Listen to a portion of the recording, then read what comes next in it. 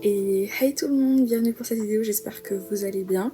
Donc là, je vais vous faire une vidéo conseil pour le lycée.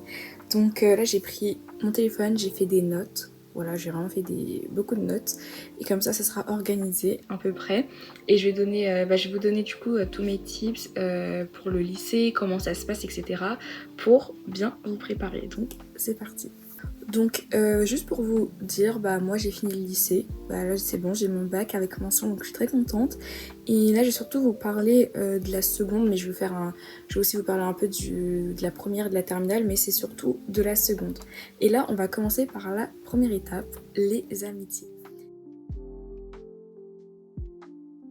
Donc pour moi, au lycée, les amitiés sont un peu plus fortes, ou pas. Enfin, il y a les deux cas, mais c'est pas vraiment des fausses amitiés comme au collège.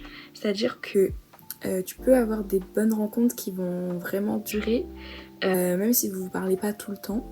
Alors qu'au collège, c'était plus genre une fois on est copine, une fois on n'est pas copine. Si vous voyez ce que je veux dire.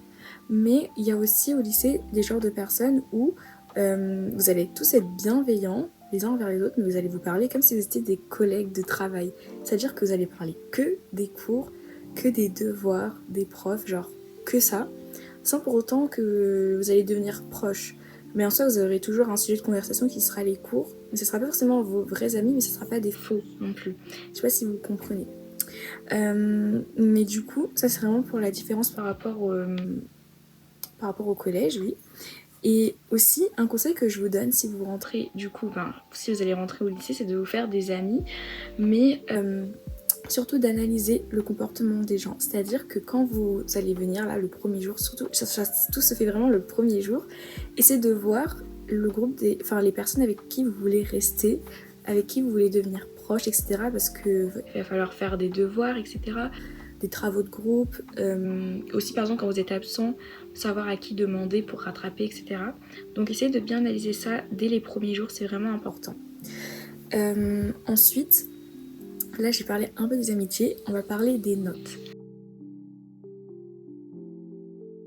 Et je pense que c'est pas nouveau ce que je vais dire, mais je vais quand même le dire. C'est sûr, et il faut vraiment vous préparer au fait qu'on peut perdre et on va perdre plusieurs points dans la moyenne entre le collège et le lycée. Parce qu'il y a un changement, c'est nouveau, les méthodes de travail sont différentes, les attendus sont différents. Donc il faut vraiment vous préparer à perdre quelques points dans la moyenne, surtout au premier trimestre. Mais ça veut pas dire que ça va rester comme ça tout le temps, toute l'année. C'est-à-dire que moi, par exemple, au premier trimestre de seconde, j'avais perdu vraiment 2 points dans la moyenne, ça m'avait choqué. Mais au deuxième trimestre, j'ai su remonter parce que j'ai pu comprendre comment travailler. Et justement, par rapport aux méthodes de travail que j'ai notées, j'ai 2 conseils à vous donner. Plutôt 3. Déjà, le premier conseil, c'est de trouver vos méthodes de travail. Si vous avez déjà une bonne méthode au collège, gardez la même. Mais si vous n'aviez pas de bonne méthode de travail, moi ce que je vous conseille c'est de faire des quiz sur Quizlet. Donc c'est un site ou une application où vous rentrez vos cours, vous faites une sorte de fiche version quiz, c'est-à-dire que ce que vous avez appris vous le notez et de l'autre côté vous mettez la réponse et en fait ça fait vraiment travailler le cerveau. Et sinon en deuxième conseil, je vous conseille de faire la méthode de la feuille blanche, c'est-à-dire que pendant, 5-10 minutes, mais vraiment ça c'est vraiment la méthode rapide et efficace. Vous relisez vos cours à peu près, vous essayez d'apprendre comme vous pouvez pendant 5-10 minutes, même vous pouvez même vous chronométrer parce que quand vous êtes chronométré, ça vous permet de vous concentrer pleinement sur la révision, surtout si ça dure 5-10 minutes. Et après vous fermez vos cours et vous notez plutôt tout ce que vous avez retenu. Et en faisant ça, du coup, vous allez justement voir ce que vous avez retenu et ce que vous n'avez pas retenu.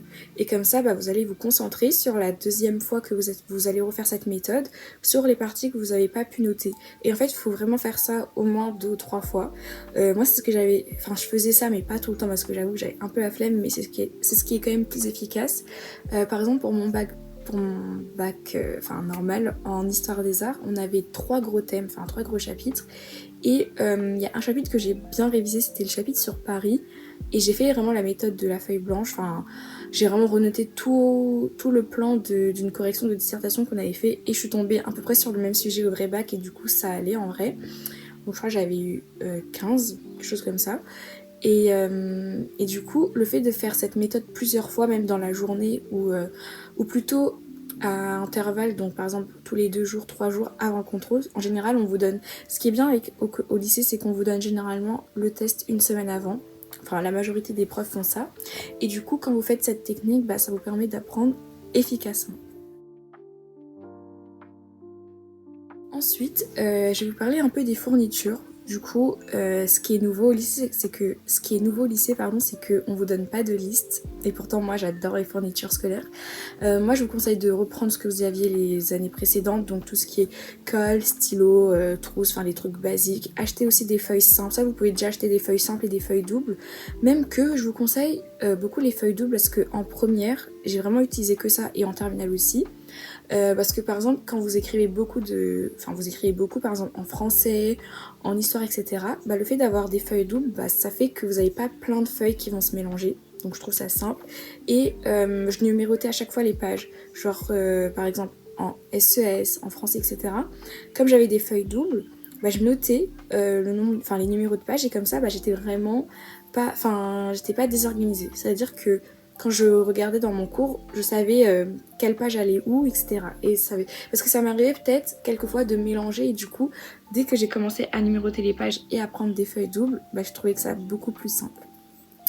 Du coup, je vous conseille d'acheter des feuilles, etc. Et sinon, les profs, ils vont déjà vous dire à la rentrée ce dont eux, ils préfèrent. Donc, par exemple, ça peut être des cahiers, ordinateurs. Normalement, ça, en général, ils vous donnent. Mais après, je sais pas si c'est tous les lycées qui le font. Je sais qu'en physique, on devait avoir un cahier assez spécial.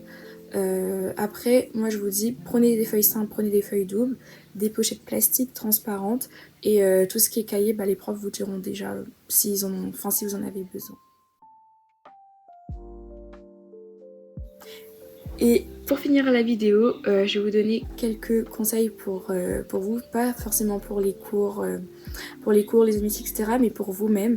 Ne soyez pas stressés de poser des questions. Je vous conseille même de poser des questions à chaque fois que vous avez un doute, parce que plus vite vous posez votre question et plus vite vous allez avancer et pas être retardé, que ce soit par une question de cours ou je sais pas, un truc, un devoir, enfin j'en sais trop rien.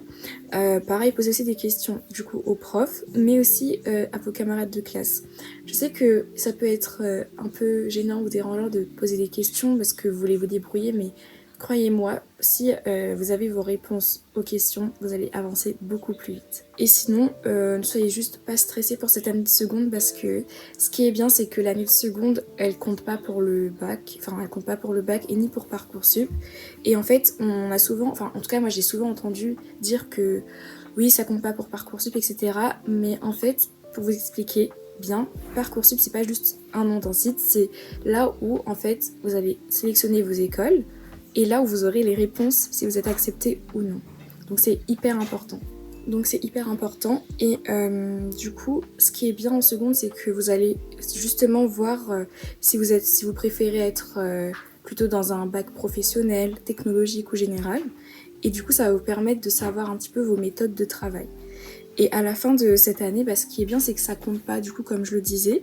Donc même si vous avez raté votre première année, bah, c'est pas très grave. Parce que de toute façon, ce qui compte le plus, c'est vraiment l'année de première et de terminale. Et je ferai une autre vidéo pour vous expliquer pourquoi. Donc voilà, donc même si vous ratez votre première année, c'est pas très grave. De toute façon, vous allez essayer, normalement vous allez vous rattraper en première, en terminale, même si ça peut être un peu plus dur, on pense avec le bac de français, mais au moins la première année de seconde, ça va un peu vous permettre de savoir comment vous travaillez, etc. Qu'est-ce que vous préférez, est-ce que vous préférez quelque chose de plus professionnel, plutôt une voie technologique, etc. Bref, sinon, bah, c'était tout pour cette vidéo. J'espère qu'elle vous aura assez aidé pour cette rentrée. N'hésitez pas à poser des questions dans les commentaires si jamais vous en avez. Et voilà, j'ai fini. Je ferai d'autres vidéos sur la rentrée. Donc voilà, ciao!